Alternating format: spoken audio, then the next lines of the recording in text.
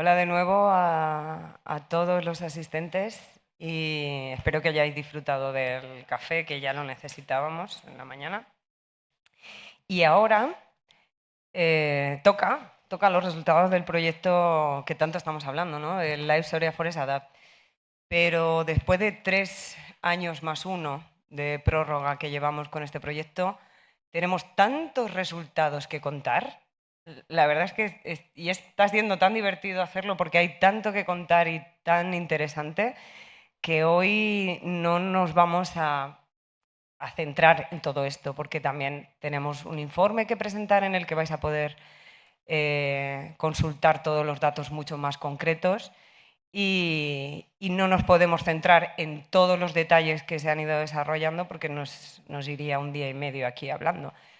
Así que la idea o lo que yo les he pedido a los compañeros es que sea un poquito más distendido, más desenfadado, que contemos los resultados desde una forma desde el punto de vista de la experiencia que hemos vivido en el desarrollo de este proyecto, porque ya os digo que son 4 años. Como Amanda indicaba en la presentación, ¿dónde puedo pasar?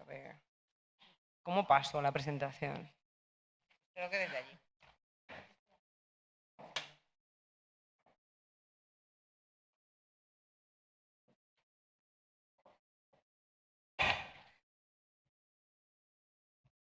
Como decíamos en la presentación, comentaba Amanda que el proyecto surgió en un despacho desde la inquietud y la iniciativa de la administración de José Antonio Lucas, que quería ver o saber qué estaba pasando con los bosques, porque ya empezaban a ver cositas raras, y querían ver qué podría pasar a futuro y cómo hacer frente a todos estos cambios que se iban observando en un momento dado. De ahí nace el LIFE, el Soria Forest Adapt,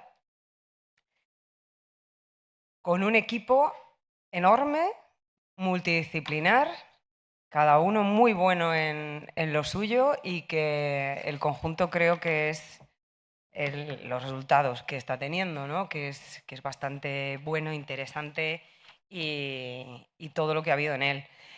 Aquí podéis ver, no voy a hablar de las acciones así más el número de acciones, pero como podéis ver en el gráfico, tenemos a CSFOR, que es el espíritu, el cuerpo técnico del proyecto, con todo un equipo de ingenieros de montes que trabajan mucho y muy bien en Castilla y León, que tienen esa base de conocimiento para el desarrollo de gran parte de las acciones y sobre todo de las que tienen un rigor técnico muchísimo más exigente. Tenemos a las certificadoras, a PEF y FSC, las dos certificadoras más importantes de España y de las más importantes de Europa, que tenían que estar aquí porque hay que garantizar que en la superficie en la que trabajamos, sobre todo la privada, tenga estos criterios que se basen en adaptación en función a los resultados que ya hemos ido obteniendo. Tenemos a la UBA, a la Universidad de Valladolid, en el campus de Soria. No podemos hacer un desarrollo técnico ni hacer unas recomendaciones si no tenemos un equipo de investigación que nos diga qué va a pasar en el futuro. Y de esto se ha encargado la Universidad de Valladolid. Y luego, como también apuntaban en las sesiones anteriores, es muy importante contar con las empresas como retorno de su actividad y sobre todo del compromiso que en la actualidad ya vienen manifestando en la conservación de la naturaleza. Y para eso está la Fundación Empresa y Clima, que es la encargada de hacer este enlace que transmite los resultados que se estaban investigando en la universidad, haciendo una aplicación práctica desde CSFOR, aplicando en la normativa de la certificación, trasladarlo todo a las empresas y para que éstas tuviesen una posibilidad de retorno en la conservación de los espacios naturales y en este caso los espacios forestales. Y luego está la Fundación Global Nature, coordinadora de todo este equipo. Ha sido una tarea divertida y larga y, como podéis imaginar, en 4 años creo que nos ha pasado de todo, ¿no? Y todo eso, estos 3 días, más. O sea, ha sumado que uno de los objetivos del proyecto, que es el aumento de la resiliencia de los bosques como escudos naturales, creo que los integrantes del proyecto también hemos alcanzado esa resiliencia y ese aprender a trabajar en equipo y aprender a compartir lo que cada uno de nosotros estaba haciendo. Como os decía, desde hace 4 años, las entidades que hemos trabajado en el proyecto somos las mismas, pero las personas no. Y aquí quería hacer un poco homenaje a los que empezaron, a los que iniciaron en noviembre del 2020 con este proyecto y que muchos de ellos ya no están. De hecho, solo repite Silvia y Teresa y Chemi, ¿no? De los que estamos aquí. Hemos ido cambiando y hemos ido aprendiendo unos de otros y de lo que nos pasó desde el principio, porque nos pilló una pandemia en medio, os recuerdo. En todo este proceso, pues se empieza con dónde vamos a trabajar. ¿Qué vamos a hacer? Vale, estamos en Soria, tenemos un proyecto, pero ahora tenemos que aterrizar. Entonces, en el live contamos con 15 montes piloto, de los que 10 son públicos y 5 privados. Y para esto le voy a pedir a Adela, que ha sido CESEFOR la entidad encargada de la selección y coordinación de estos montes. Quiero pedirte o preguntarte cómo vivisteis esta etapa en la que se hacían reuniones, selección y en distintos momentos. ¿Cuáles fueron los fundamentos para elegir estos montes y cómo se desarrolló en la provincia de Soria? Pues como el proyecto nace en plena pandemia, estaban sujetos las reuniones y charlas informativas a todas las restricciones, ¿no? de reunión. Entonces fue todo online, con lo cual no dejó de ser pues, una experiencia extraña, ¿no? En el intento de incorporar bueno, pues a colaboradores en el proyecto y conformar esta red de montes piloto. En el caso de los montes privados,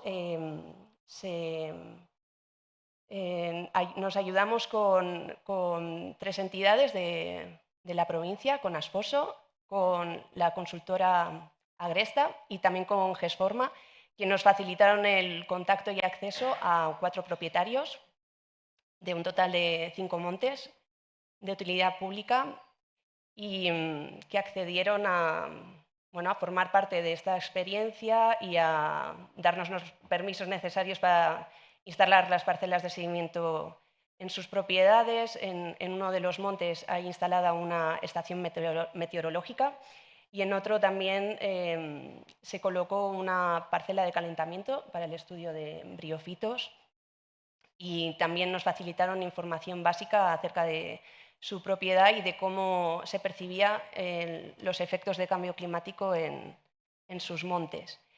Y con respecto a la selección de los 10 montes de utilidad pública, pues se colaboró muy estrechamente con el Servicio Territorial de Medio Ambiente de Soria para elegir aquellos montes más representativos y con mayor interés para formar parte del trabajo del LIFE. Y prácticamente los 6 primeros meses de proyecto se quedó cerrada el lote de montes que suman un total de 37.000 hectáreas. Y todo esto lo hicisteis online, ¿no? Y mucho online, sí. Pues fue un cambio para todos, ¿no? El tema de esta pandemia así al principio y el contactar con la gente, y menos mal que conocían a CESEFOR. Realmente es un paso. Luego, pues, mientras CESEFOR estaba con estas reuniones con propietarios públicos privados, hablando con la administración, haciendo esta selección de montes, también empezó a hacer una serie de informes que están disponibles en nuestra página web, ¿vale? Por eso lo dejo ahí. Ellos desarrollaron un informe de base climático. Esto, vale. El catálogo de medidas de adaptación, datos de la evolución en reforestaciones, el informe recopilatorio del daño producido, medida de adaptación de la trufa y otras 5 producciones forestales. En total son 13 informes, de los que 12 los desarrolló CESEFOR y los tenéis disponibles en nuestra página web. y están dentro de toda esa recopilación de datos que hicisteis. No sé si quieres comentar algo al respecto.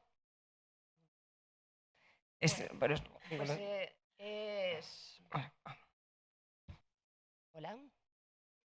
Sí, el conjunto de informes constituyen por una parte, una síntesis de información académica disponible para facilitar su consulta al usuario final, que en nuestro caso es el gestor forestal, y también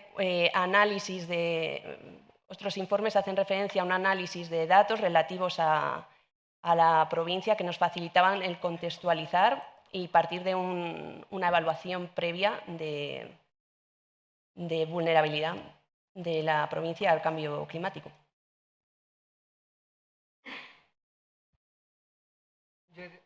He de decir que estos informes generan también mucha expectativa porque no tenemos, o hasta hace muy poco, no había un catálogo como tal de medidas de adaptación a los ecosistemas forestales, sino que tú podías coger un poquito de aquí, de allí y de allá.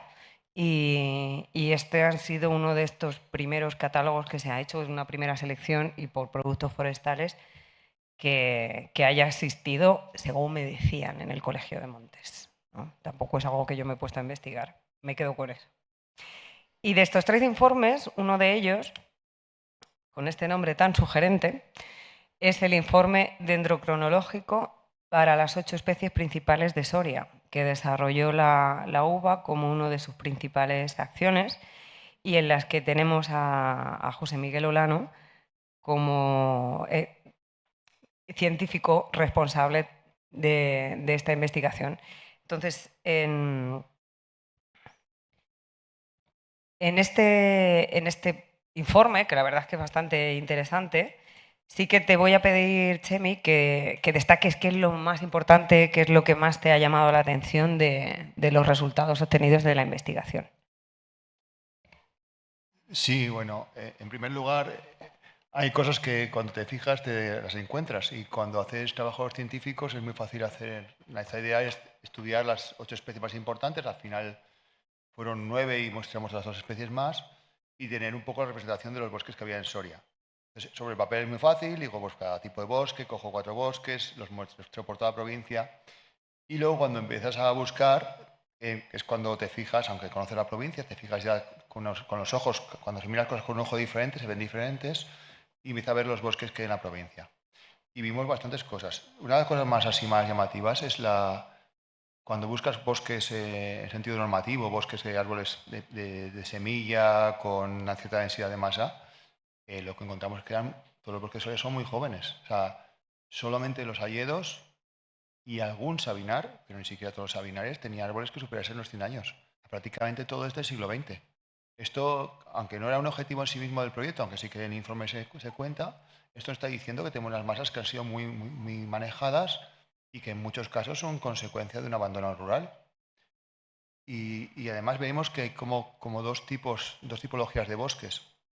Por un lado tenemos los bosques que se han manejado de un modo, digamos, todos se han manejado, pero se han manejado de un modo más de gestión forestal moderna, que son sobre todo los bosques de pinos, las especies de pinos que hay en Soria, y los hayedos, en el cual es muy fácil encontrar que todo lo que hay son bosques de monte alto. Y, sin embargo, cuando nos vamos hacia las quircinias y hacia los sabinares, que es otra historia diferente, lo que tenemos es que nos costó muchísimo, muchísimo encontrar 4 bosques de quercinias a lo largo de la provincia que fuesen bosques, que no fuesen un monte bajo o fuese una antigua dehesa, porque prácticamente no los hay. Y esto que luego que me quería luego incidir en ello, nos está diciendo que tenemos un sesgo en la gestión forestal hacia las especies que han tenido un interés maderero, mientras que las especies que se han gestionado siempre, porque todos los bosques se han gestionado, que se han gestionado de un modo tradicional con otros usos, pues monte bajo o corta por lo alto para hacer trasmocho. Eso, en cambio, estaba como ciertamente está fuera como digamos, fuera de nuestros objetivos visuales. Y eso me consta que la Junta es muy consciente de ello. Entonces, esa primera reflexión para mí es muy importante, ¿no? La juventud de gran parte de los bosques. Luego ya mencioné que hay bosques muy viejos, pero no son bosques que hayamos centrado el estudio en ellos. Luego, la siguiente cosa, viviendo en Soria, los que somos de Soria y los que viven de fuera, Soria se caracteriza por el frío, básicamente, aparte del torrezno. Aquí hace mucho frío. Y pensábamos que, bueno, que la temperatura sería un condicionante importante en el crecimiento de los árboles sorianos. Y en ese sentido, un aumento moderado de la temperatura podía aumentar el crecimiento expandiendo el periodo de crecimiento. Sin embargo, vimos que la temperatura tiene un papel muy marginal en el crecimiento de casi todos los bosques. Solamente algunos pinares de las zonas más altas de Urbión eran sensibles a la temperatura y un poquito algunos árboles a la temperatura invernal, a las mínimas invernales. Pero realmente prácticamente toda la provincia está respondiendo a las precipitaciones. Y eso es un poco menos bueno, porque una consecuencia del aumento de temperatura es la reducción de la disponibilidad de agua. Porque aunque caiga más agua, o sea, la misma agua, un poco más, si ese agua está asociada a más temperatura, lo que vamos a tener es más demanda por parte del aire de evaporación y vamos a tener problemas con ellos. Y en ese sentido, era también muy interesante ver la diferencia entre las especies más atlánticas y las más mediterráneas. Las atlánticas, estamos hablando también el uncineta, pero como es muy puntual no lo mostramos, el haya y el pino silvestre. Estas especies son menos sensibles a la lluvia. Tienen un crecimiento más estable. En el caso del haya, prácticamente en sus modelos de crecimiento la lluvia no importa. Digamos, la variabilidad interanual de lluvia no importa. En cambio, las demás especies responden con mucha presteza. Cuanto más seca es la especie, con más presteza responde. El pino carrasco, el Pinus alepensis, que incluimos que no estaba inicialmente porque la provincia no existe de modo natural, sino que hay repoblaciones, varía como si fuese una sierra. Cada año, un año bueno crece muy poco, crece mucho, y un año malo crece poco, y así sucesivamente, pero digamos que es capaz de ser muy resiliente a los cambios. Pasa lo mismo con las encinas y con algunas quercinias, como el faginia. Vimos eso, que esas especies, que cuando a veces se tiende a pensar que cuando una especie es más sensible al clima, va a sufrir más por el cambio climático, ¿no? Porque claro, si está cuando llueve crece mucho, cuando hay sequía crece menos.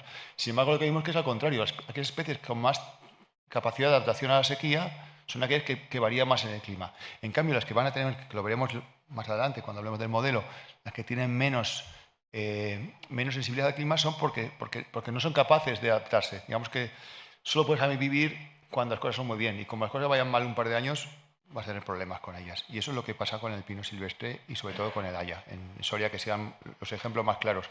También con el petrea, pero el petrea también mostramos algunos sitios, pero no está en el informe. O sea, las especies más eurosiberianas, más atlánticas vemos. Y esto sería, está pensando un ejemplo, esto es como lo del junco y el roble. ¿Veis la historia de que el junco se dobla cuando hace viento y el roble no se dobla y cuando hace viento se cae? Pues un poco así. Las hayas y los pinos no se doblan, resisten mucho porque vienen, pero cuando hay sequía de verdad se van a morir. En cambio, las especies mediterráneas lo que hacen es, pues, cuando las cosas son mal, pues no crecen, y cuando son buenas crecen. Son mucho más oportunistas. Y eso es una cosa muy llamativa, y sobre todo la demanda fundamental de agua frente a la temperatura en Soria. Y quería también mencionar un tema que ya me interesaba al principio del live y que ahora me interesa mucho. De hecho, ahora tenemos un proyecto en esto. ¿Qué ocurre con todos los sistemas de manejo tradicional que hay en la provincia? Que hay un problema muy, muy grande, porque antes el doctor Ezquerra lo ha mencionado, tenemos unos legados muy importantes de manejos históricos. Todos han manejado. Y hay dos formaciones que son muy importantes en la provincia. Los montes bajos, que eran los montes butaneros, los montes donde se tenía el carbón, que, por ejemplo, en algunas especies como los quejigos o como el pirenaica, el melojo, o como puede ser, por ejemplo, la encina, son prácticamente la mayor parte de los bosques son así. Son usos que ya no se hacen, o se hacen solamente muy poquito cerca de los caminos, y que aunque la Junta sí que tiene intenciones de llevarlos a monte alto, o sea, de convertirlo en un bosque manejable, sin embargo no hay dinero, porque el resalveo es una técnica muy cara y yo no creo que no le cuesta funcionar. no sabemos cómo afectar ese cambio climático, es la interacción del cese del uso humano con el cambio climático. Y luego otro tipo de bosques que para mí son los que más me gustan de la provincia, que son los bosques que se cortaban por arriba, o sea, los trasmochos. Que Soria tiene unos ejemplos magníficos. O sea, cualquier soriano, yo soy de Bilbao, pero ya como digo, mi hijo es soriano. Soriano y además me echa la bronca por no entrar en fiestas. Cualquier soriano sabe que Valsadero es una dehesa, sobre todo de Pirenaica, pero también hay algunos Faginia, que se han manejado históricamente hasta hace muy poco tiempo. Estos bosques, como Valsadero, como para mí el que he visto hasta el mejor de Soria, de Bilbiestre de los Navos, es una dehesa espectacular. Vamos, hay árboles de 500 años, son los árboles más viejos de Astrados que he encontrado por toda España. Esos dehesas son magníficas. No solo tienen árboles muy longevos, muy bellos, sino que además son los únicos lugares donde tenemos lo que es el legado de las especies que vivían en los bosques maduros. Esos no sabemos cómo van a responder al cambio climático, sabemos que no están respondiendo bien al cese de manejo. Acabo así. Estamos respondiendo bien al cese de manejo, pero ¿cómo va a responder al cambio climático más el cese de manejo? Y eso que quiero decir, mira, que a la Junta muchas veces no se habla muy bien, en este sentido quiero hablar muy bien de la Junta, o por lo menos de algunos ingenieros o ingenieras de la Junta. Soria es un ejemplo en el cual se está manejando trasmochos con un coste muy bajo para el área público y buscando su rentabilidad para que sea sostenible. O sea, vamos, los ejemplos de ordenación de trasmocho yo creo que no existen. Los que hay son a base de lives con muchísimo dinero, pero no como aquí que se hace de voluntad. Aquí sí haría falta que la Junta hiciese un esfuerzo para que esto no fuese una cosa voluntarista de alguna gente muy ejemplar, sino que fuese una cosa de toda una política general de esto. Y ya me están diciendo que no continúe.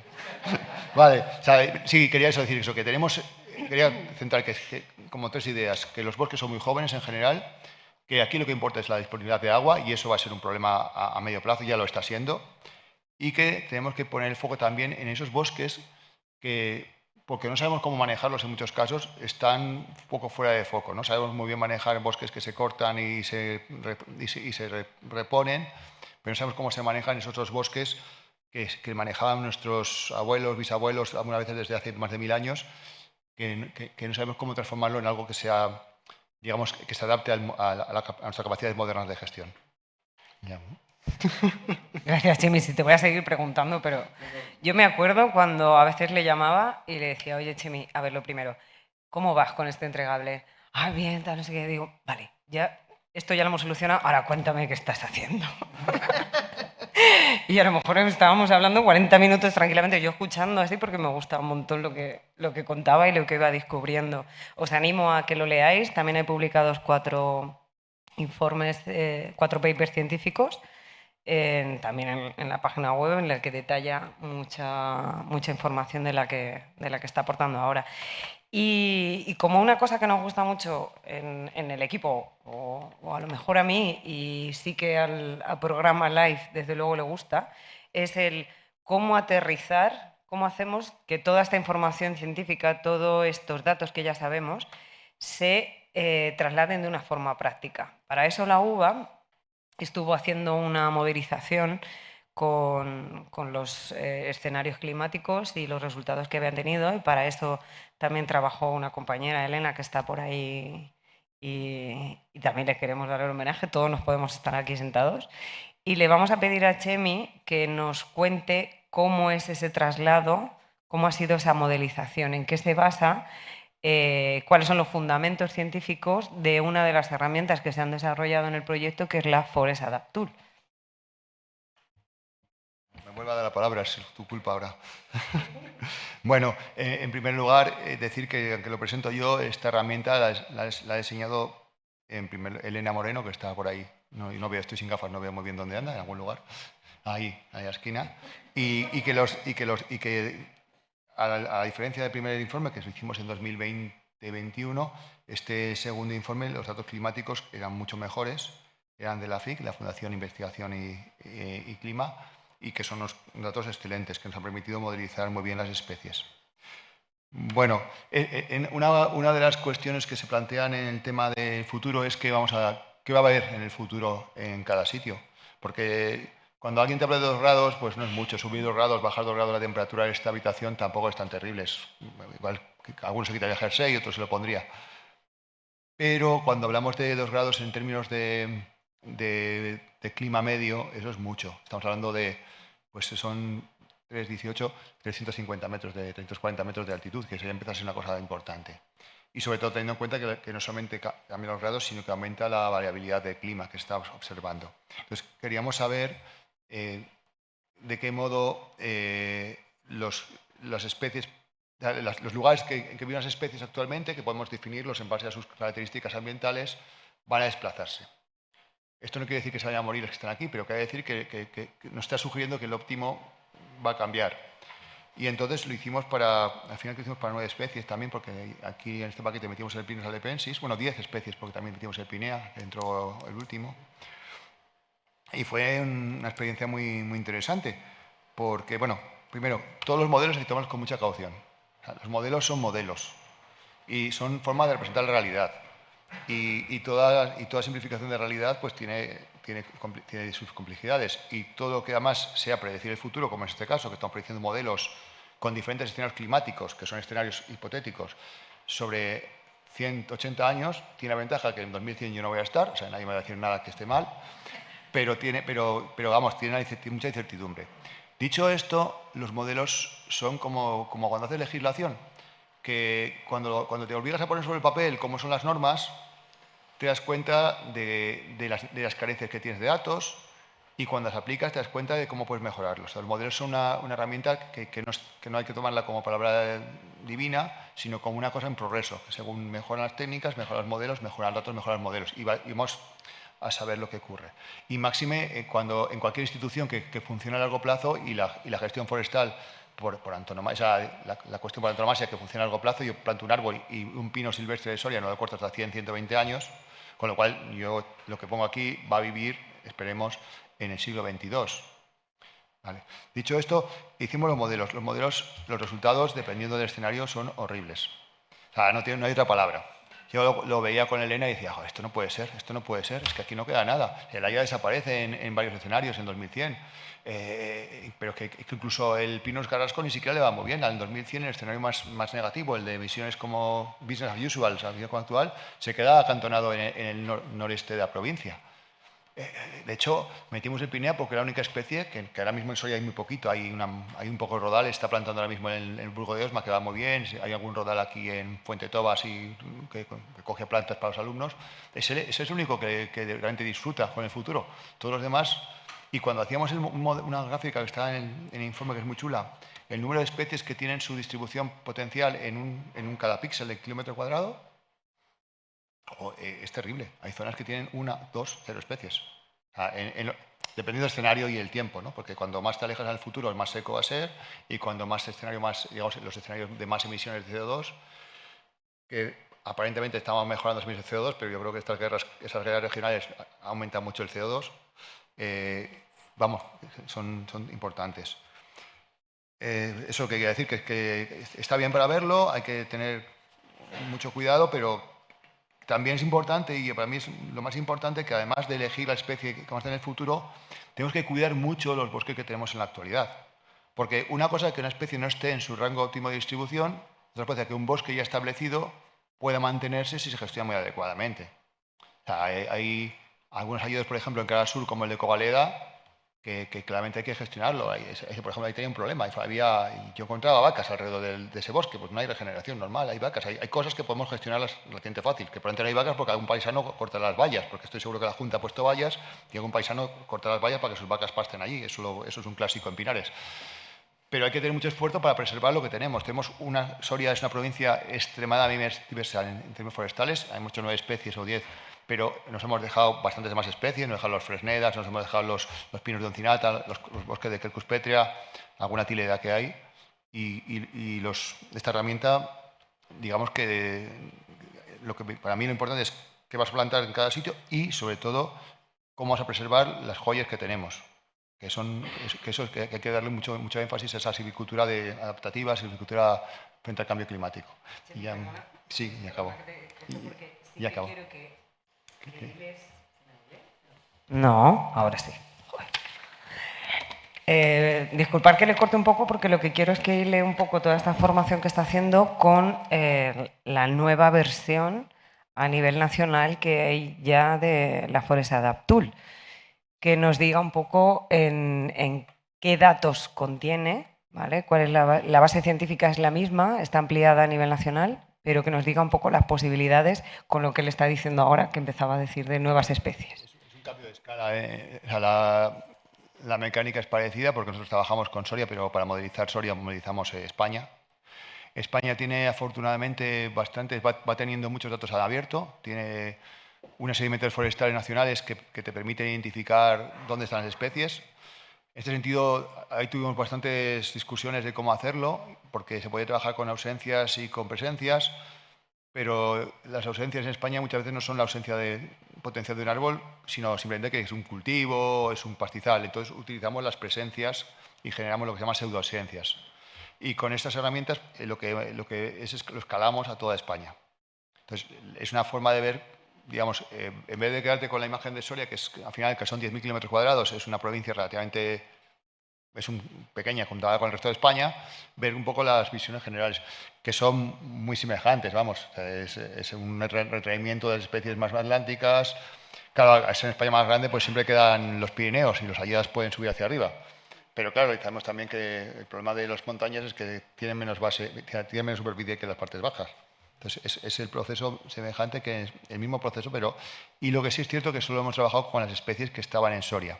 De que en España hay más especies forestales que las que hemos trabajado. Están los abetos, están los quecurrour de mi tierra, están los que...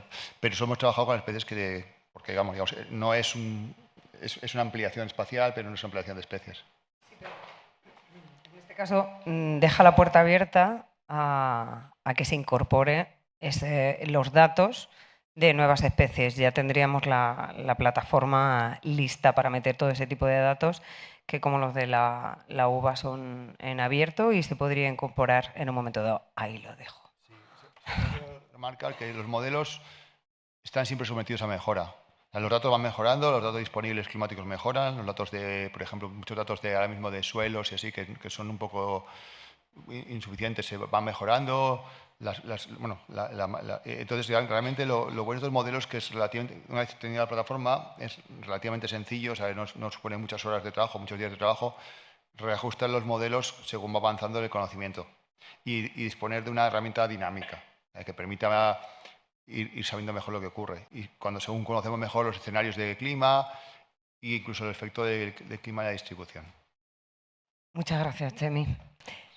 Y ahora, para enlazar la siguiente, no puedo obviar el hecho de que esta ampliación nacional se ha llevado a cabo gracias a la cofinanciación que en la Fundación Global Nature tenemos con Red Eléctrica Española, que le interesó la propuesta y se ha hecho cargo de esta ampliación. Pero todos estos datos que hablaba Chemi no son posibles si no tenemos un equipo de desarrollo informático que ha sido CSFOR, quien lo ha hecho.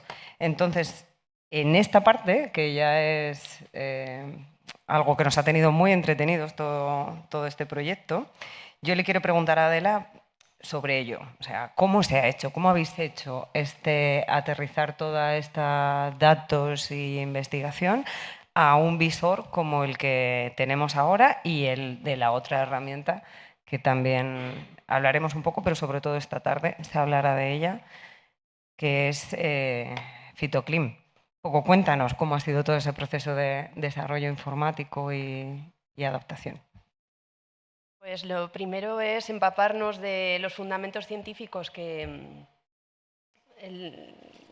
subyacen a cada uno de estos recursos que se nos ofrecen y que nosotros tenemos que ponerlos a disposición del usuario final de una manera comprensible y útil para la toma de decisiones, y reorganizarlos de la mejor manera posible para facilitar su consulta. En el caso de Forest Adapt Tool, esos recursos consistían en mapas de idoneidad que calibraban la idoneidad del territorio en la escala provincial de Soria para acoger las distintas especies de estudio Se trataba de 10 de ellas y cómo organizarlas en distintos formatos, o sea, formato visual, formato alfanumérico y también opción a descarga de toda esa información generada. Y en el caso de Fitoclim, bueno, el estudio era es mucho más complejo y ambicioso. Para empezar, trabaja una escala regional de Castilla y León y ofrece no solo predicciones de futuro, sino también modelizaciones que abarcan un periodo observado entre el año 1950 y 2019. Y tenemos aquí a Carmen, que es una de las autoras, que tendremos la oportunidad esta tarde de conocerlo en detalle. Y aquí el reto es manejar grandes volúmenes de información, porque en el caso de Fitoclim, del orden de 17 gigas, es la suma del volumen de datos, y para eso también nos apoyamos en el uso de herramientas de acceso abierto que están exentas de licencia de pago, y eso era un reto para facilitar un flujo y una consulta rápida de toda esa información y también con una experiencia de usuario adecuada.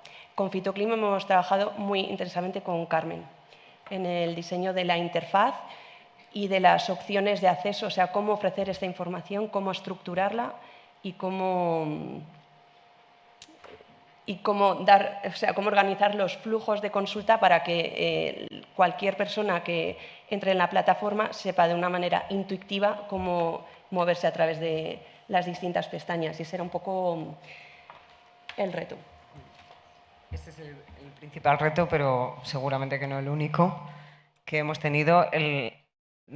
Este manejo de datos es lo que ha supuesto también para mí el mayor reto que ha sido... Y coordinación con los tiempos que requerían, bueno, pues procesar tantísima información. Porque, por ejemplo, detrás de Fitoclim nos encontramos con un estudio de base climática elaborado en el marco de proyecto y especialmente elaborado para este trabajo, base climática de periodo observado y también con predicciones a futuro. Entonces, bueno, son 149.000 cuadrículas de malla, mucha información y unos procesados que también han conllevado bastante tiempo. Y también ha sido un reto el coordinarnos entre eso, conseguir esos recursos y luego prepararlos y adaptarlos de la manera más adecuada para poder subirlos a la plataforma. Y bueno, al final tenemos Fitoclim en abierto ya compartido y ahora mismo estamos también experimentando y usándolo nosotros para identificar bueno, pues opciones de mejora que las iremos implementando.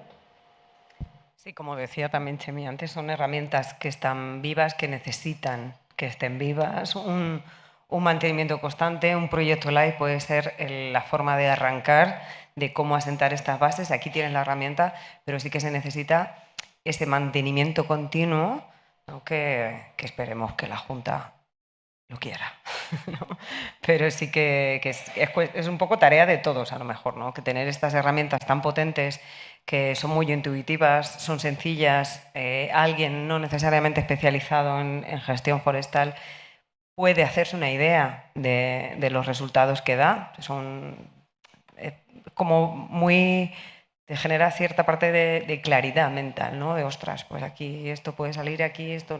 Que no hace falta ser ingeniero de montes o forestal, que un biólogo me parece que podría sacar información útil de... Sí, pero tú no cuentas. Yo era un gestor forestal directo, ¿no? O sea, alguien simplemente por la curiosidad. Pero, claro, nosotros ahora se han generado unas herramientas muy potentes y bueno, ¿y ahora qué? ¿Vale? Ahora las tenemos, ahora hay que aplicarlas. Esto también se está encargando CSFOR, ¿no? Con estos resultados, como ellos están diciendo, estamos experimentando, estamos viendo y con todo ello van a hacer unas cosas, están haciendo. O sea, son resultados que requieren más tiempo porque llevan otro tipo de protocolo y ya venimos con retraso, de ahí la ampliación del proyecto por el manejo de datos ingente que nos ha provocado este retraso en cadena en ciertas acciones. Pero ya podemos contar parte de los resultados y la metodología que han utilizado. ¿Cómo, desde CSFOR, cómo habéis hecho, Adela, esta aplicación práctica de las herramientas y de los resultados? Pues por una parte reseñar que el destinatario último de nuestros resultados es el gestor forestal, que es quien en último asume la responsabilidad en último lugar de la toma de decisiones a escala operativa. Y bueno, aprovecho el momento para reconocer lo meritorio que es el asumir esta función. Y por otra parte, bueno, nos encontrábamos con unos resultados de modelización, un estudio y de diagnosis fitoclimática muy interesantes porque nos ayudan a predecir cuál puede ser el futuro comportamiento de las especies en el ámbito de la provincia. Y aunque esta información nos resulta última y definitiva, no dejan de ser modelizaciones, como decía Chemi, sí que nos resulta muy útil para establecer tendencias de cambio a incorporar en la gestión. Entonces, por una parte, hemos hecho dos aplicaciones. La primera para ayudarnos a diseñar las nuevas masas, la composición de las nuevas masas forestales a instalar sobre el terreno. Y en este sentido hemos hecho una aplicación directa de resultados para modificar los criterios de los 4 cuadernos de zona que corresponden a la provincia de Soria y que establecen las directrices de diseño, de composición de las nuevas repoblaciones en el marco del programa de subvenciones de deforestación de la Junta de Castilla y León. Y en este caso hemos hecho una aplicación directa, una explotación de resultados directos con los datos de Fitoclim, con la cuantificación numérica de Fitoclim. Y con respecto a la gestión de masas arboladas, hemos desarrollado un proceso para considerar cuestiones climáticas en la toma de decisiones a escala de gestión forestal. Y en este sentido hemos desarrollado una guía que podremos ver esta tarde en detalle, que se apoya en su fase de diagnóstico en los resultados tanto de Fitoclim como de Forest Adapt Tool. Fitoclim además ofrece la ventaja de que nos proporciona datos climáticos, o sea, de factores climáticos y a escala cuadrícula, 1 kilómetro, nos permite, por una parte, analizar cómo ha evolucionado el clima a una escala cercana a monte y, por otra, ver cuáles son las tendencias de cambio, tanto de disminución de condiciones de idoneidad como de aumento de posibilidades para otras especies forestales que quizás ahora no sean las protagonistas, pero que potencialmente pueden tener un papel en un futuro. Pues con todo esto que ellos estaban trabajando tan potente estos primeros años y hasta ahora, la Fundación Global Nature teníamos la responsabilidad de hacer todas esas modificaciones, comunicaciones y demás actos o intentos de modificar políticas y de trasladar los resultados al mayor número de decisores, en este caso políticos, administrativos y técnicos posibles.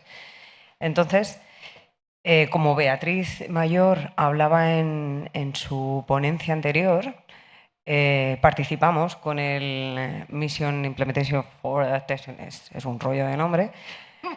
Participamos en unas jornadas en las que estaban dirigidas a poblaciones locales, el cómo se podría hacer a través de inversión privada, fue en este caso, y a través de este tipo de proyectos, cómo mejorar la resiliencia de los bosques y la resistencia o prevención de riesgos de incendios. También hemos estado bueno, esta es la presentación que hicimos allí. También hemos estado con la prensa y trabajando directamente con la Administración.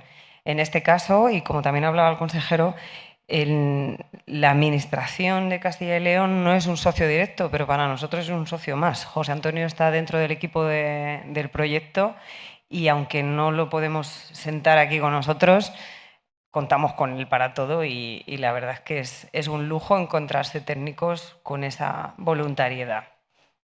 Tenía que decirlo. También hemos hecho alegaciones en la PEPAC, ¿no? Que es en Castilla y León, de las que, gracias también al asesoramiento de mis compañeros en la Fundación, que tienen mucha experiencia, y nos aprobaron todas las forestales. Si queréis ver los resultados, os lo puedo enseñar, porque efectivamente nos aprobaron todas las alegaciones en el sector forestal que hicimos en la PEPAC. También hemos presentado alegaciones en LULUC por tema de carbono. Hemos estado haciendo transferencia de resultados a los técnicos de la Junta de Castilla y León. Hemos estado en Toulouse con el gobierno francés en intervenciones organizadas con Solagro, que era una entidad, una asistencia externa que teníamos en el proyecto y de la que sacamos resultados también muy interesantes. Nos acompañó también José Antonio Lucas ahí y fue muy, muy ilustrativo, o por lo menos esa es mi visión. Se ha publicado un caso de estudio de la gestión forestal de Soria y a través del proyecto LIFE como modelo de gestión y adaptación al cambio climático en la página de cambio climático de la Unión Europea, que también lo mencionaba Beatriz. Hemos estado en Bruselas presentando el proyecto, ahí estábamos todo el equipo, era más divertida esta foto que una presentación. Y ahí pudimos ya hablar de los resultados ante los comisionarios y también contamos con la participación de uno de los comisionarios que nos hizo una pequeña introducción de la ley que se está preparando, la nueva ley de monitoreo forestal, para tener un poco esta previsión de algo que el Life Soria Forestada pues, es muy útil. CSFOR también hizo formación del Forest Adapt Tool para los técnicos de Soria. Está prevista hacer una segunda formación de Fitoclim para los técnicos de Castilla y León.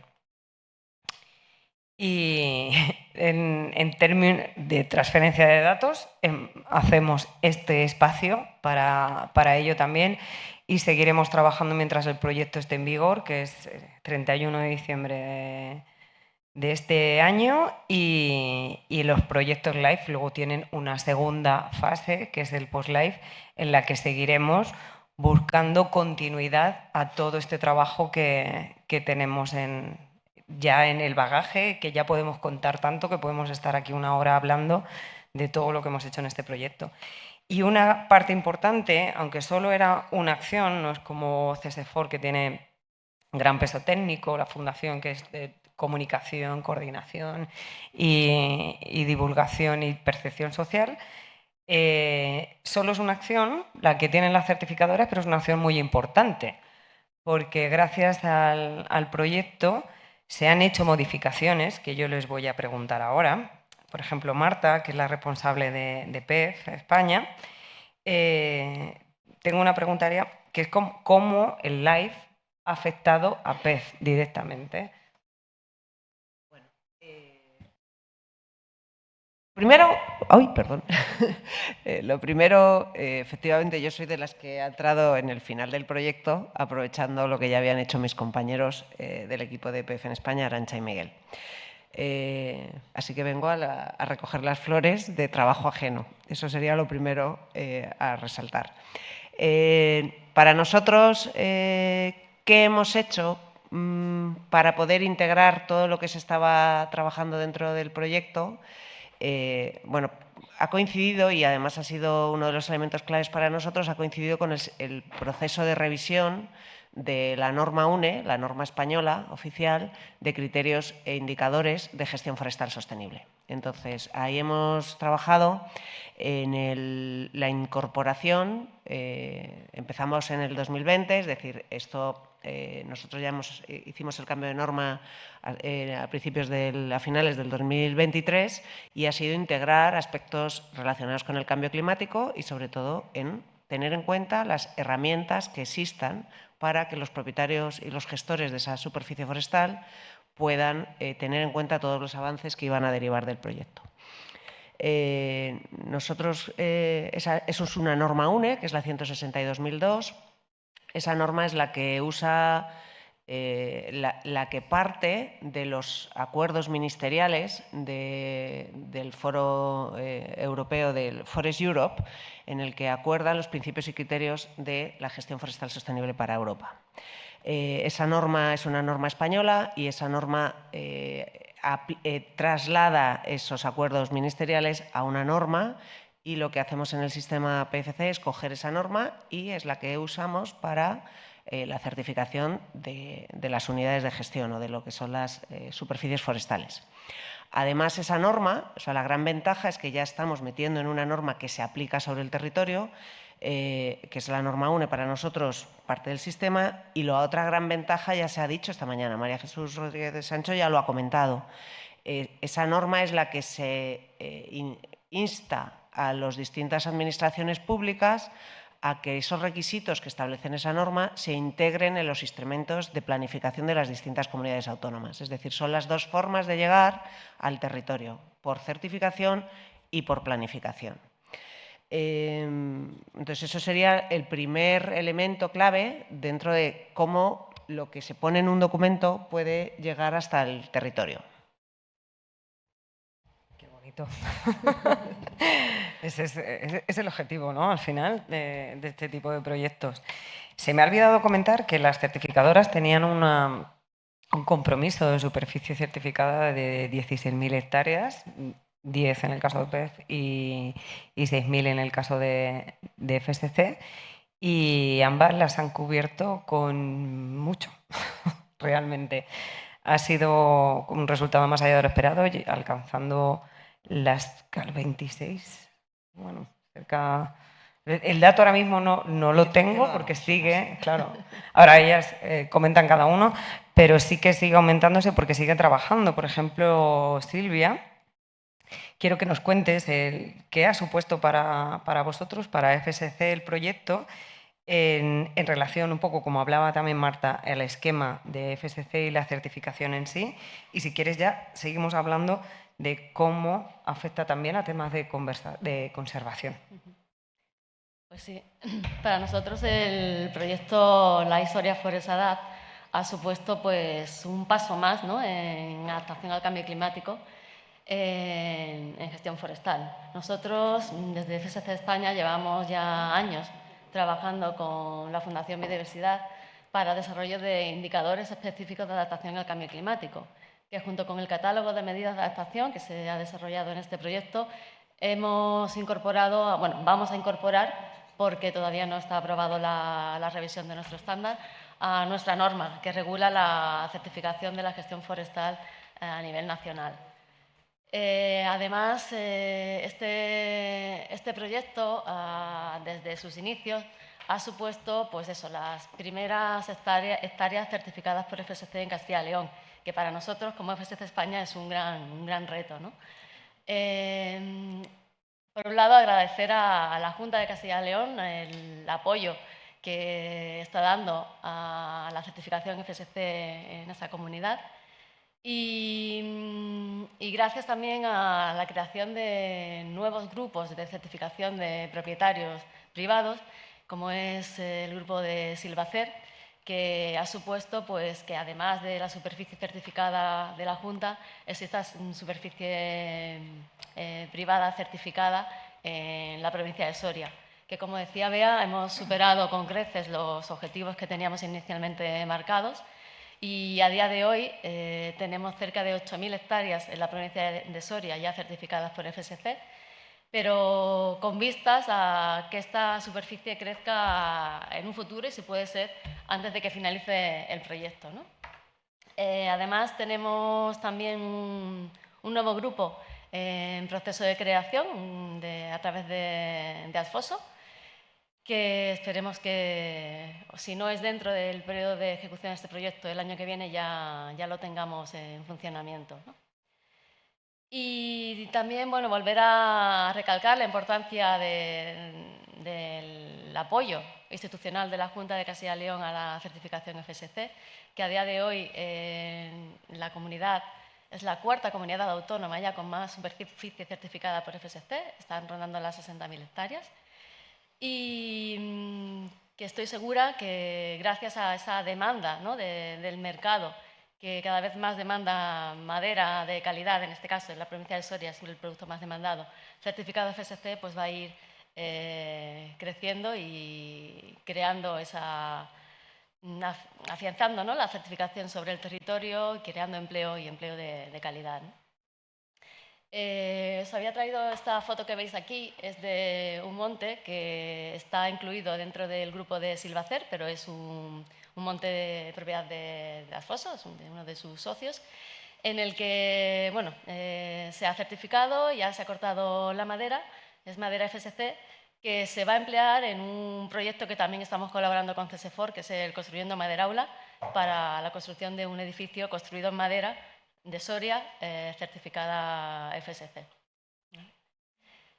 Y contestando a lo que preguntaba Bea de qué aportamos, ¿no?, en cuanto a conservación, para FSC la conservación va implícita, ¿no?, en la gestión forestal.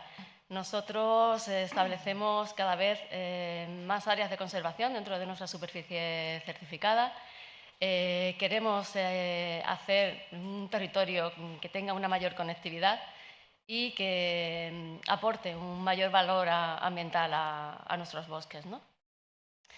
Y una herramienta que hemos desarrollado y que estamos poniendo en marcha aquí en Castilla y León es la herramienta para verificar, bueno, para poner en valor la gestión forestal que hacen nuestros gestores forestales, que creo que también hemos comentado aquí en la mesa, ¿no? Hemos querido incentivar de alguna manera a nuestros propietarios, a nuestros gestores forestales, a través de la verificación de impactos sobre los servicios del ecosistema, atrayendo así inversiones al sector forestal que tanto lo necesita, ¿no? Y como comentaba, pues en la implementación de la verificación de estos impactos de la gestión en Castilla y León, sobre todo en biodiversidad y carbono, pues la línea de lo que hemos venido trabajando en el LIFE Soria Forest Adapt es una medida, ¿no?, también de mitigación de los efectos del cambio climático y una medida de adaptación de nuestros bosques al cambio climático. Gracias. Gracias, Silvia, por tus aportaciones. Y me queda una última pregunta, porque por eso, como los datos van variando y ya tengo muchos en la cabeza, por no equivocarme no lo suelo decir, entonces, PEF, ¿cuál es, porque FSC nos ha dicho que ha llegado a las 8.000, cuál es vuestra logro con las hectáreas certificadas? Vale, yo, igual que agradecía a mis compañeros, realmente el crecimiento que ha habido en gestión forestal certificada PFC, lógicamente es del impulso que se ha dado desde aquí, desde José Antonio Lucas y el resto del equipo, y desde los propietarios privados y públicos. Partíamos de una situación en la que teníamos 800, a día de hoy hay 825.000 hectáreas certificadas en Castilla y León. Es la comunidad autónoma con más hectáreas certificadas significativamente. Hablamos de 2.800.000 en España, pues 800.000 están aquí. En Soria estamos a día de hoy en 150.000 hectáreas, es decir, hay una clara implantación de la certificación en el territorio, tanto en público como en privado. Y ahí, a través del proyecto, era difícil encontrar montes en Soria que no estuvieran ya certificados, pero a pesar de eso se ha conseguido y se han incorporado otras 17.000 hectáreas. Es decir, hay un valor muy importante del efecto tractor, que es el conocimiento de los técnicos en implementar un sistema. Llevan ya muchos años, los primeros montes certificados aquí fueron en 2007, es decir, lleva mucho tiempo implantando todo el proceso y ya ha entrado en una dinámica de conocer cómo hacer las cosas, ¿vale? Por centrarnos en las especies de las que hemos estado hablando, quería caracterizar muy rápidamente qué tipo de superficie hay certificada aquí en Soria. Tenemos 57.800 hectáreas de pino de silvestre, unas 46.000 de pináster, 11.000 de negra. Es decir, ya en pinares tenemos 120.000 hectáreas certificadas. Madera que se está poniendo en el mercado y que veíamos una foto antes mía dando la típica charla ahí improvisada en el taller de CESEFOR contándoles las cosas que había por allí.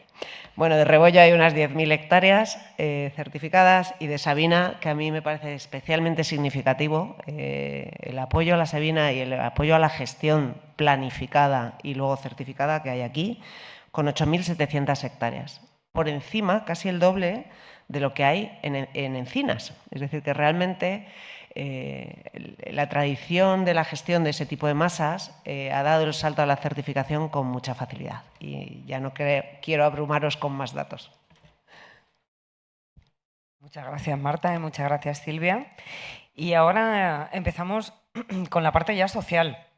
Ya hemos hecho todo el trabajo científico, el técnico y las publicaciones y demás, pues ahora nos metemos con la gente.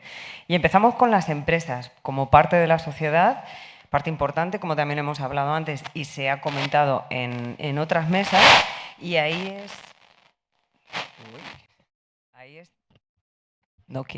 es Teresa, de Fundación Empresa y Clima, la que nos puede hablar más de primera mano, porque ella se encarga directamente de trabajar con las empresas. Y yo quiero que nos cuentes, Teresa, cómo ha sido vuestra participación en el proyecto, los principales resultados obtenidos y el feedback. ¿Qué te quedas tú con lo que las empresas te han hecho saber? Pues en primer lugar, la Fundación Empresa y Clima ha tratado de ser el traductor de todo ese conocimiento que estáis recogiendo, de todas esas buenas prácticas que vosotros, todos los forestales, conocéis perfectamente, pero la gente más de a pie le cuesta entender muchas cosas.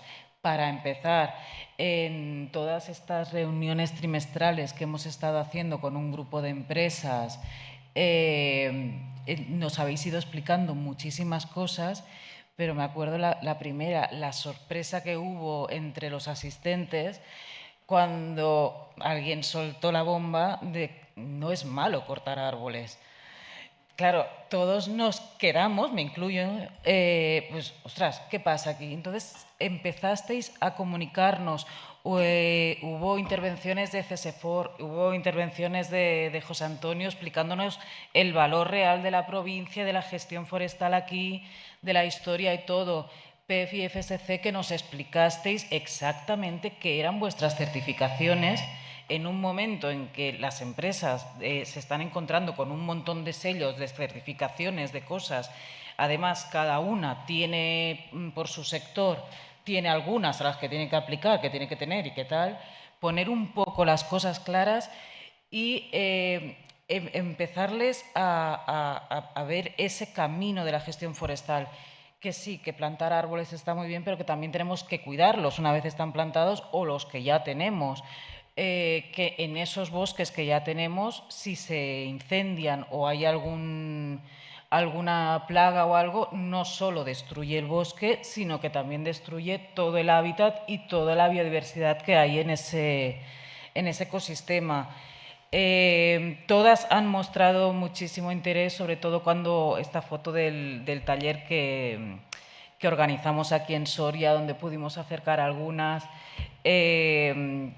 todas vieron de primera mano no solo las necesidades del bosque, sino también las necesidades de la gente. Conocimos a alcaldes de pequeñas poblaciones que estaban intentando luchar contra la despoblación, aportando pequeños negocios a la gente para que vinieran.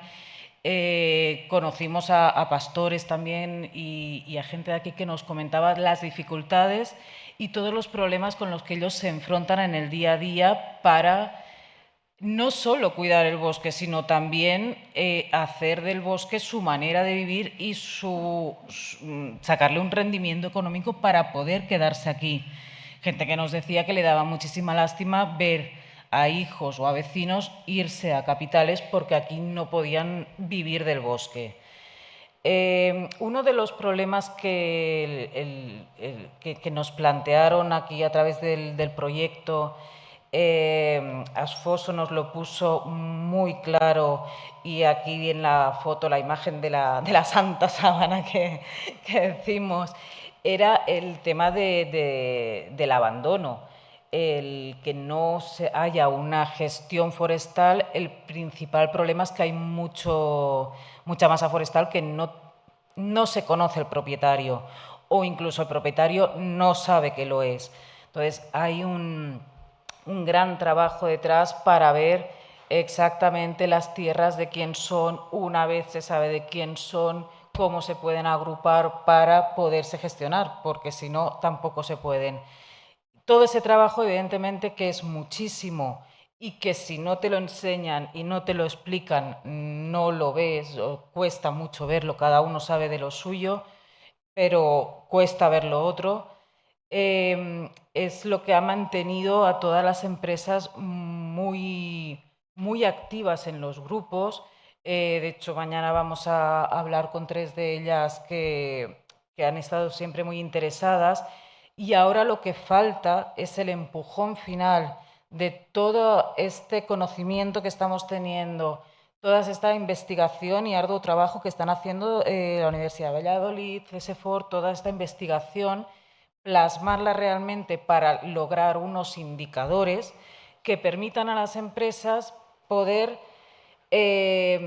tener la seguridad que esas inversiones que muchos están dispuestos a hacer, pero que ellos lo puedan reportar, pueda ser auditable. En este momento en que hay tanto mercado voluntario, sistemas de compensación y no todos de la misma fiabilidad, pues eso, ellos también quieren saber en qué invierten, cómo lo invierten y qué frutos va a dar. Igual que ellos tienen que dar sus resultados muy medidos y tienen una serie de indicadores y tienen que hacer una serie de declaraciones y de documentos y toda la normativa que les está cayendo ahora, pues ellos también necesitan esa parte, ¿no? De que poder, pues eso, contabilizar y poder contar y tener muy claro lo que están haciendo. Y no sé si... No, muchas gracias, muy bien. En tiempo, muchas gracias, Teresa. Pues siguiendo con la parte de la sociedad, otra gran pata que sostiene a todo el tema de comunicación, divulgación, sensibilización, etc., es el tema de los escolares, la formación a los niños, todo el tema de educación ambiental, exposiciones y demás, que en el proyecto se ha generado, es súper bonita, no puedo decir lo contrario, y ha sido CSFOR la encargada de transmitirlo a colegios, a la población soriana, en muchos aspectos. Y tened en cuenta, vuelvo a recordar, que arrancamos con todo este diseño en una época de pandemia. ¿Cómo llegasteis a los resultados que ya de por sí eran desafiantes en la redacción para una provincia como Soria y se han cubierto? ¿Cómo ha sido ese viaje, Adela?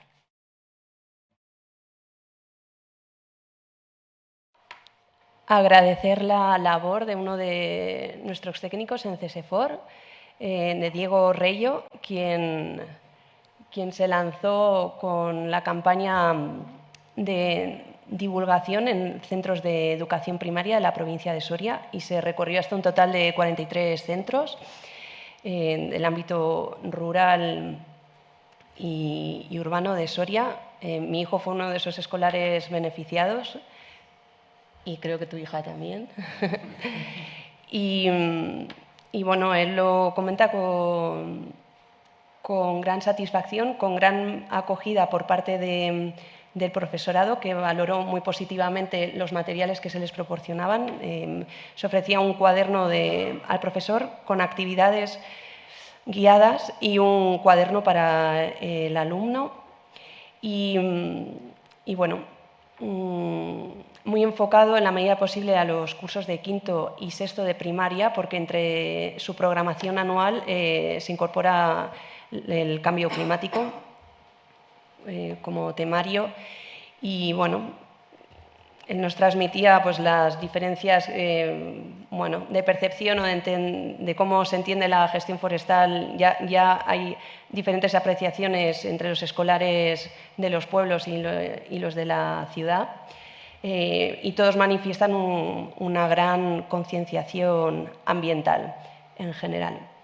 Y bueno, esto lo hemos vivido como un inicio de una colaboración entre el Centro CESEFOR con el ámbito de la educación, que creo que vamos a poder seguir desarrollando. Ya lo hemos incorporado en otro de los lives que tenemos en marcha, el Live Rebollo. Y bueno, sabemos además que la Junta de Castilla y León también participa en otra iniciativa parecida, en el caso de los incendios forestales. Y bueno, se adivina como una oportunidad, un nuevo capítulo a trabajar con los niños y niñas de la provincia. Y a eso se suma el viaje de la exposición del proyecto LIFE, que estaba compuesto por 12 paneles a lo largo de 25 localizaciones, también a lo largo de la provincia, con un posible impacto valorado en cerca de 20.000 personas, que considerando que en la provincia somos 90.000, pues no está nada mal. Y también con una valoración muy positiva, porque nos llamaban, al igual que los colegios nos llamaban y nos han seguido llamando en este curso escolar, pues de forma idéntica con la exposición. Bueno, la exposición ya está disponible, ya puede viajar a otros sitios, ya se acabaron los compromisos, entonces es muy bonita y lo digo para otras administraciones que en un momento dado le interese para educación ambiental, pues solo no la tiene que solicitar. Y siguiendo con la sociedad, antes de daros el dato, nosotros en la Fundación Global Nature éramos encargados de hacer un estudio de la percepción socioeconómica de la población de Soria, tanto a nivel público en general como gestores. Era un desafío también bastante grande, además teniendo en cuenta que nosotros no estamos localizados en la provincia. Para ello hicimos una encuesta a la población general, de la que os saco unos resultados. Vale, se pasa muy rápido. Destaco esta pregunta como la más que siempre me llama la atención. Esto se hizo pues, en el segundo año del proyecto. Tuvimos cerca de las 1.100 respuestas porque sorteábamos una cámara de fotos.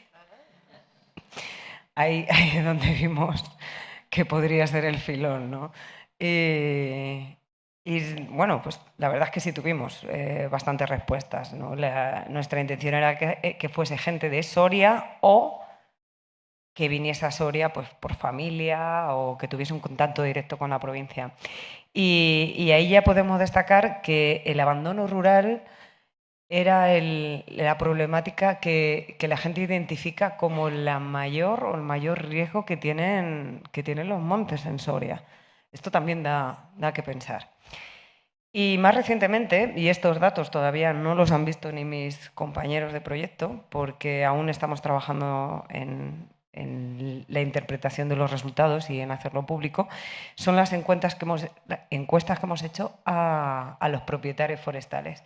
Para esto pues, ha sido inestimable la ayuda que hemos tenido la Asociación Forestal de Soria, con quien a raíz de este proyecto hemos establecido un contacto y una forma de trabajar conjunta que se está materializando en otros proyectos y a los cuales le pedimos que hicieran esta encuesta a propietarios, ya que para nosotros era muy difícil acceder a ellos, acceder a la población rural, que muchas veces es la propietaria, o gente que está directamente viviendo en Madrid o en otras capitales y que desconocemos.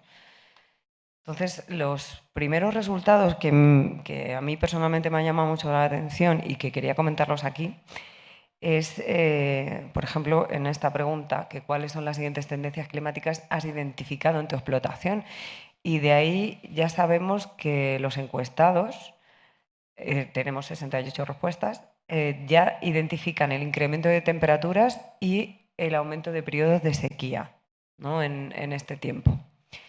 Otro de los resultados que nos llama la atención es que si consideras que los terrenos forestales requieren algún tipo de intervención específica. Bueno, pues aquí tenemos que el 29% considera que sí es necesario intervenir por las condiciones del cambio climático y otro 29% que sí es necesario intervenir, pero que no tiene ni idea, ¿no? Entonces, tenemos ahí ya un 60% de personas que son propietarias forestales que identifican que hay que hacer algo. O sea, es bastante interesante, ¿no? Esa sensibilidad que se está mostrando. Y luego un 23% de, pues que no lo sé.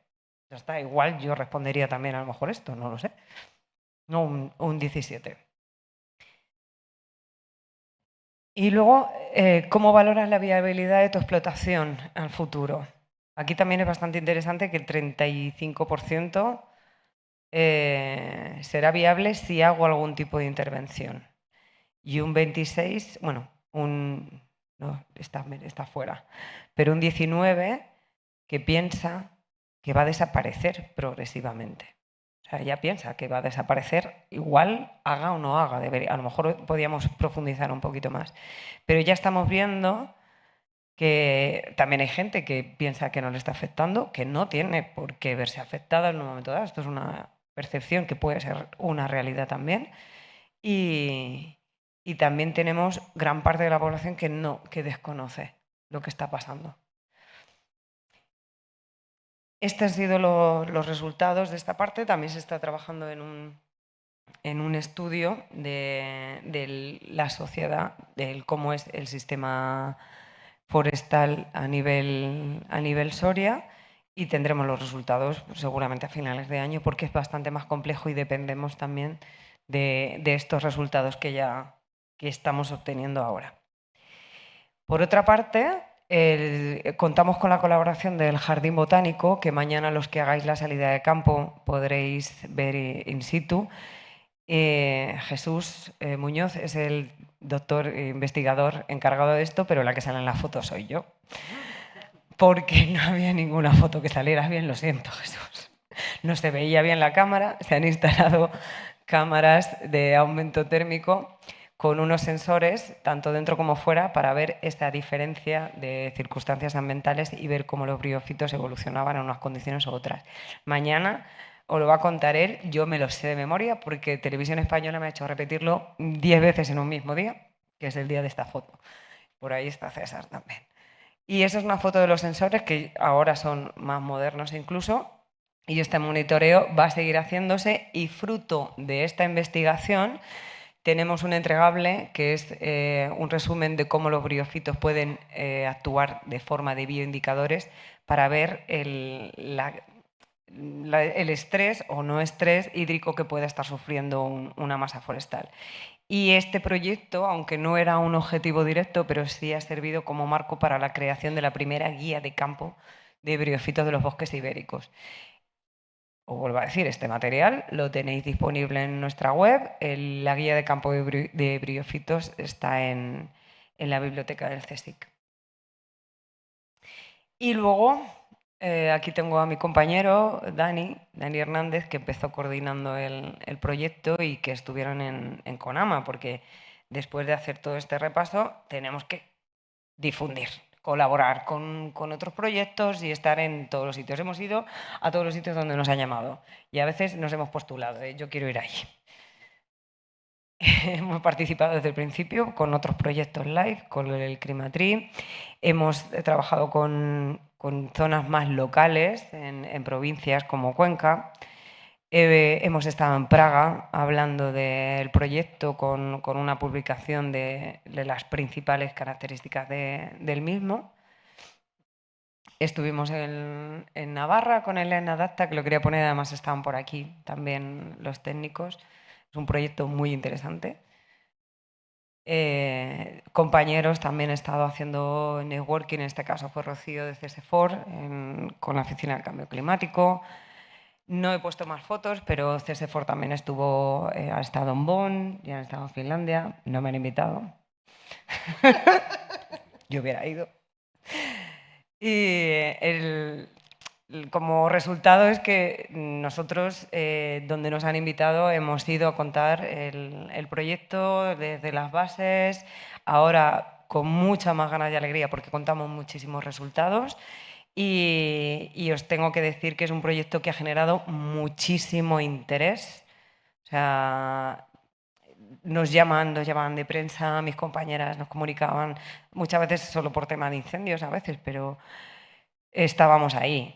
Televisión Española, tenemos un acuerdo con ellos en el live, vale, pero es que aún así nos llamaban Antena 3, nos llamaban de otros medios, un montón de radios, hace poco tiempo en podcast, siempre ha generado muchísimo interés. También de la Comisión Europea tenemos un canal donde están todos los vídeos, todas las publicaciones en prensa que se han podido hacer, en la página web también se pueden ver.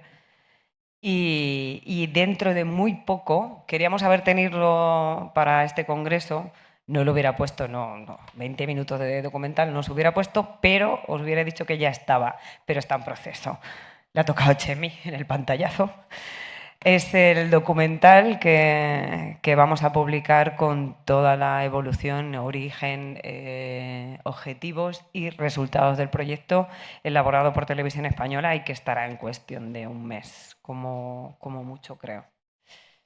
Y nada más, por nuestra parte, os agradezco enormemente de nuevo, nunca me cansaré de dar gracias para la gente que presta su tiempo a otras cosas, que estéis aquí, que hayáis estado interesados, o por lo menos lo parezca, y por eso os invitamos a comer. Ahora, primero os pedimos que nos vamos a hacer una foto de grupo con el cartelón, vamos a salir por aquí, y ya que tenemos esa lona tan bonita con esta imagen que han diseñado mis compañeros, tan bonita, vamos a aprovecharla, nos hacemos una foto de grupo.